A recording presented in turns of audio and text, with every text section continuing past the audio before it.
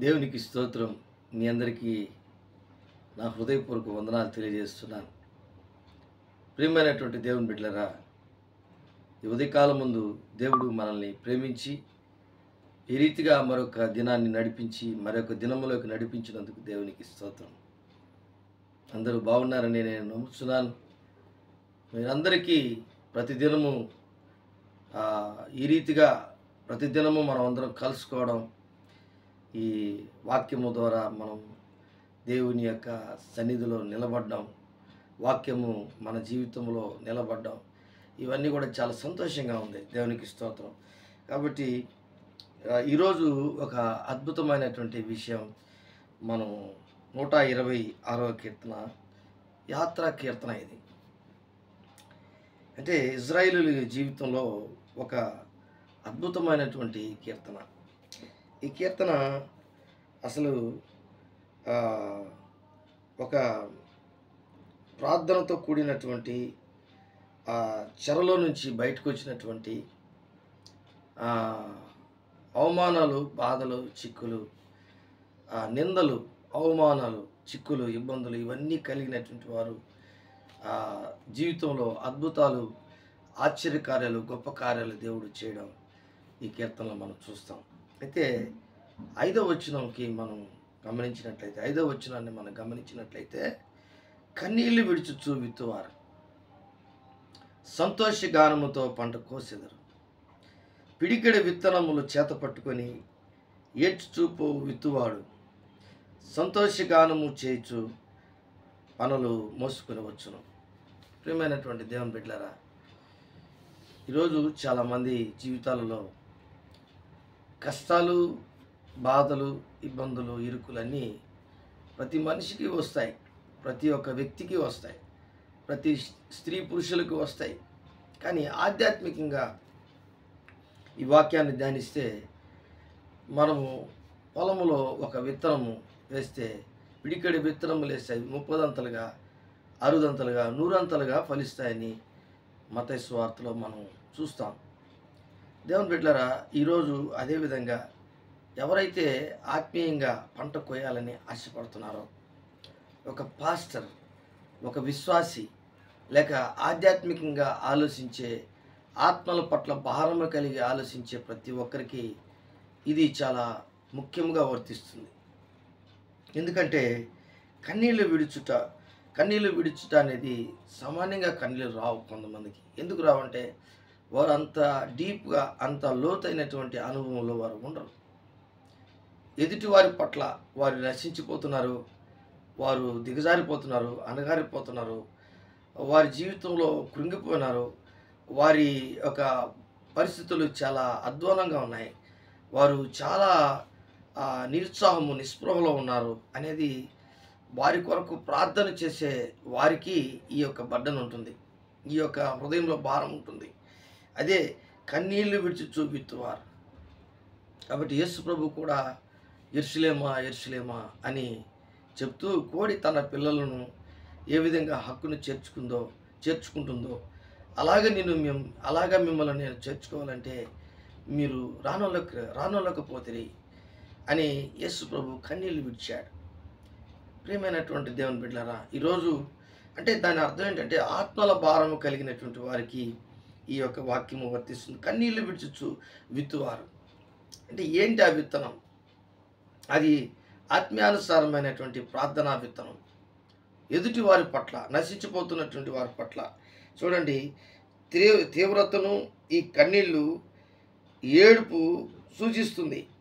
పాపాత్ములు అడ్డంకులను కల్పించే సంగతిని, మనుషుల హృదయ కాఠిన్యమును, పాపముతో నశించిపోతున్న వారి కోసము పొంచి ఉన్న ఆపదలను చూచి వాడు ఏడుస్తాడు. అంటే ఎవరు ఏడుస్తారంటే ఆత్మీయులు ఏడుస్తారు. అంతేకాదు, తాము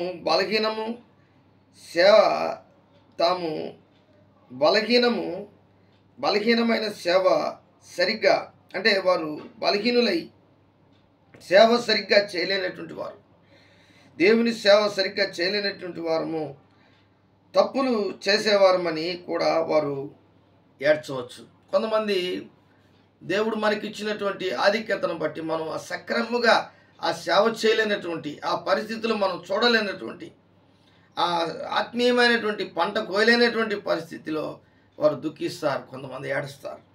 అలాగే క్రీస్తు ప్రేమను బట్టి నశించిన మనుషులపై తమకున్న జాలిని బట్టి కూడా వారు ఏడుస్తారు. భక్తులు వీళ్ళంతా. కాబట్టి ఈరోజు దేవుని బిడ్డలారా, నీవు యేసుక్రీస్తు ప్రభుల వారు కూడా మీకోసం మీ పిల్లల కోసం ఏడువిడి అన్నాడు, ప్రార్థన చేయుడి అన్నాడు. కాబట్టి నా కోసం ఏడవద్దు, మీకోసం మీ పిల్లల కోసం ఏడవండి అన్నాడు. ఎంత గొప్ప విషయం. యేసు ప్రభు శిలువను మోస్తూ పోతూ ఉంటే ఆయన కసంత కింద పడిపోయినప్పుడు ఆయన కురేనీయుడైన సీమోను వచ్చాడు. ఆయన్ని మోపించాడా? ఆయనని తీసుకున్నాడు, ఆయన దగ్గర నుంచి మరలా తీసేసుకున్నాడు. ఎందుకంటే ఆయన భారం మోసేదానికి, నీ భారము తీసివేసేదానికి, తీసివేయుటకు, నీకున్నటువంటి భారాన్ని తీసివేయుటకు ఆయన కన్నీళ్లు చెమట రక్త బిందువులుగా మార్చాడు. కన్నీటి ప్రార్థన చేశాడు యేసయ్య కూడా. కాబట్టి ఈరోజు అలాంటి మనుషులు తప్పకుండా పంట కోస్తారు. నీ వ్యక్తిగత జీవితంలో కూడా అనేకుల కొరకు ప్రార్థన చేస్తున్నావా? అనేకుల కొరకు ఏడ్చి ప్రార్థన చేస్తున్నావా? అపోస్తుల పౌలు అపోస్తుల కార్యము 20వ అధ్యాయము 31వ వచనం చూస్తే, కావున నేను 3 సంవత్సరములు రాత్రింబవళ్ళు కన్నీళ్లు విడుచుచు ప్రతి మనుషునికి మానక బుద్ధి చెప్పితినని మీరు జ్ఞాపకము చేసుకుని మెలకుగా ఉండుడి. 3 సంవత్సరాలు కన్నీళ్లు విడిచి ఆయన రాత్రింబవళ్ళు కన్నీళ్లు విడుచుచు ప్రతి మనుషునికి మానక బుద్ధి చెప్పుతిని మీరు జ్ఞాపకము చేసుకుని మెలకుగా ఉండుడి. అంటే అపోస్తుల కార్యాలలో 3 సంవత్సరాలు ఆయన దేవుని బిడ్డగా అనేక ప్రాంతాల్లో సేవ చేసినప్పుడు ఆ సేవా జీవితంలో ఆయన కన్నీళ్లు కార్చి ప్రార్థన చేశాడు. అనేకులు నశించిపోతున్నటువంటి మానవాళి కొరకు. దాన్ని స్పిరిచువల్ హార్వెస్టింగ్, ఆత్మీయమైనటువంటి ఆ ఒక కోత. అంటే ఒక మనిషి ఆశీర్వదించబడి మారు మనసు, పాపక్షమాపణ, ప్రభు అయిన యేసుక్రీస్తు నామములో బాప్తిజము, పరిశుద్ధాత్మ అనుభవం వచ్చినప్పుడు వారి జీవితంలో గొప్ప కార్యములు ఆ ఆత్మీయ తండ్రి చూచినప్పుడు ఎంత సంతోషం ఉంటుంది. అదే అంటున్నాడు 19వ వచనంలో, 20వ అధ్యాయము అపోస్తుల కార్యం 20వ అధ్యాయం 19వ వచనంలో, యూదుల కుట్ర వలన నాకు శోధనలు సంభవించినను కన్నీళ్లు విడుచుచు పూర్ణమైన వినయభావంతో నేను ఇలాగూ ప్రభువును సేవ చేసుకుంటునో మీకే తెలియను. కాబట్టి యూదులు అనేక సార్లు ఈయన ఇబ్బంది పెట్టి జైల్లో వేసిన, కష్టాలు పెట్టిన, కొట్టిన, బెత్తాలతో ముమ్మారు కొట్టిన, రాళ్లతో కొట్టిన, ఆయన్ని చెరసాల్లో వేసిన ఆయన అనేకులు కొరకు కన్నీళ్లు విడిచి ప్రార్థన చేశాడు. ప్రియమైనటువంటి దేవుని బిడ్డలారా, ఎందుకు ఈ విషయాన్ని చెప్తున్నాను? నీ వ్యక్తిగత జీవితంలోనే, ప్రభువా నాకు అది లేదు, ఇది లేదు, నా కష్టాలు ఉన్నాయి, నా బాధలు ఉన్నాయి, నా కిరుకులు ఉన్నాయి, మనం అనేక సార్లు కన్నీరు కార్చి ప్రార్థన చేస్తాం. బిడ్డల కొరకు కన్నీరు కార్చి ప్రార్థన చేస్తాం. అలాగే నీ యొక్క ఆత్మీయ జీవితంలో పతనమైపోయినావని చెప్పి ప్రార్థన చేస్తాం. నీ ఆత్మీయ జీవితంలో ఒక ఉన్నతమైన స్థితిలో నువ్వు లేవని దేవుణ్ణి అడుక్కొని, ప్రభా నన్ను మరలా ఉన్నతమైన స్థితిలో నన్ను పెట్టయ్యా అని చెప్పి ప్రార్థన చేస్తావు. కానీ నీవు ఆత్మీయమైన పంట కోయడానికి నీ విశ్వాస జీవితంలో, ఒక పాస్టరే కాదు, నీ విశ్వాస జీవితంలో అనేక మందిని దేవుని దగ్గరికి తీసుకురావచ్చు. కన్నీళ్ళు విడవాలి. దేవుని ఏడ్చి ప్రార్థన చేసే వ్యక్తిగా నీ జీవితంలో దేవునికి కనబడాలి. అది ఎవరి కొరకు అంటే ఎదుటి వారి కొరకు. అయ్యో వారందరూ మారు మనసు పొందలేదు ప్రభువా, పాపక్షమాపణ పొందలేదు, వారు ప్రభు అయిన యేసుక్రీస్తు నామములో బాప్తిజం పొందలేదు, వారు ఆత్మీయమైనటువంటి పరిశుద్ధాత్మ కార్యాలు వారి జీవితంలో జరగట్లేదు ప్రభువా అని నువ్వు కన్నీరు కార్చి భారం కలిగి ప్రార్థన చేస్తే, there is time for everything. ప్రతిదానికి ఒక సమయం ఉంటుంది. ఆ సమయంలో దేవుడు వారికి మారు మనసు, పాపక్షమాపణ, బాప్తిజము, పరిశుద్ధాత్మ అనుభవం వచ్చినప్పుడు నీ జీవితంలో ఒక సంతృప్తికరమైనటువంటి జీవితం. నీ కన్నీళ్ళకి జవాబు దేవుడు. చాలామంది చెప్తాను, నాకు కన్నీళ్ళు గార్చింది, హిజ్కియా మహారాజు కన్నీళ్లు గార్చారు, వారి కోసం వారు గార్చుకున్నారు. కానీ పౌలు అంటున్నాడు, నేను అనేకుల కొరకు అంటున్నాడు. యేసుక్రీస్తు ప్రభుల వారు మనకు సెలవిచ్చినటువంటి విషయంలో అనేకుల పాపాత్ముల జీవితంలో వారు పాపమును విడిచిపెట్టి ఆత్మీయమైనటువంటి స్థితిలో వారు ఉండవాలనని దేవుడు కోరుకుంటున్నాడు. ఒక ఆయన కన్నీళ్లు కారుస్తున్నాడు. ఆయన పేరు ఏశావు.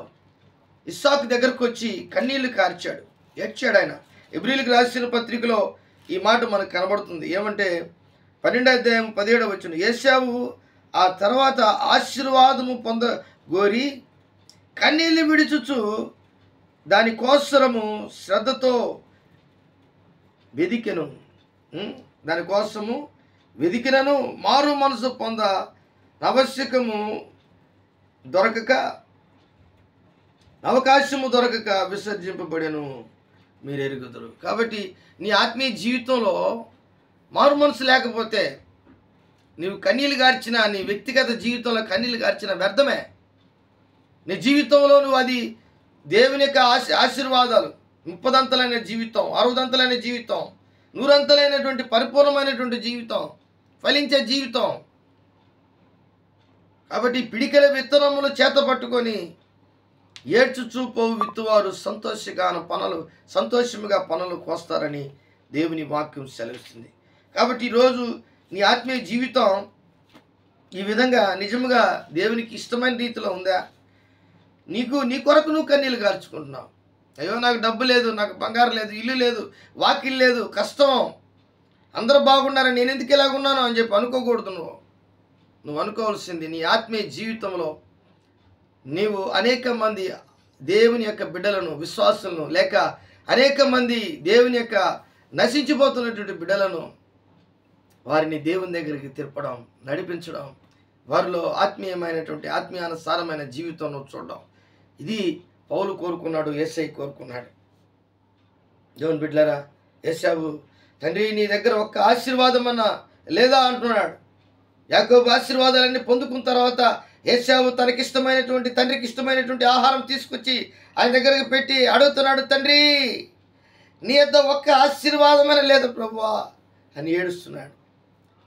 నా తండ్రి ఒక్క ఆశీర్వాదం కూడా లేదంటున్నాడు.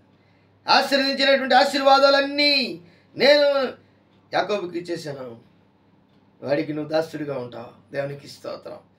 ప్రియమైనటువంటి దేవుని వ్యక్తిగతంగా ఎక్కువగా అడుక్కునే దానికంటే కూడా, దేవుని అడిగేదానికంటే కూడా, అడిగి ప్రార్థన చేసేదానికంటే కూడా నీ వ్యక్తిగత జీవితంలో అనేకుల కొరకు ప్రార్థన చేయడం, ఒక ఇర్మియా వలె, యాకోబు వలె, దేవునికి స్తోత్రం, నీవు దావీదు వలె, నీ జీవితంలో ఏలియా వలె, మోషే వలె, నీ జీవితంలో అనేక మంది అపోస్తున్న పౌలు వలె, పేతురు వలె నీ జీవితాన్ని దేవుని కొరకు సమర్పించుకో. ఈరోజు నిన్ను ప్రేమిస్తున్నాడు దేవుడు, నీ జీవితాన్ని ఆశీర్వదిస్తున్నాడు దేవుడు.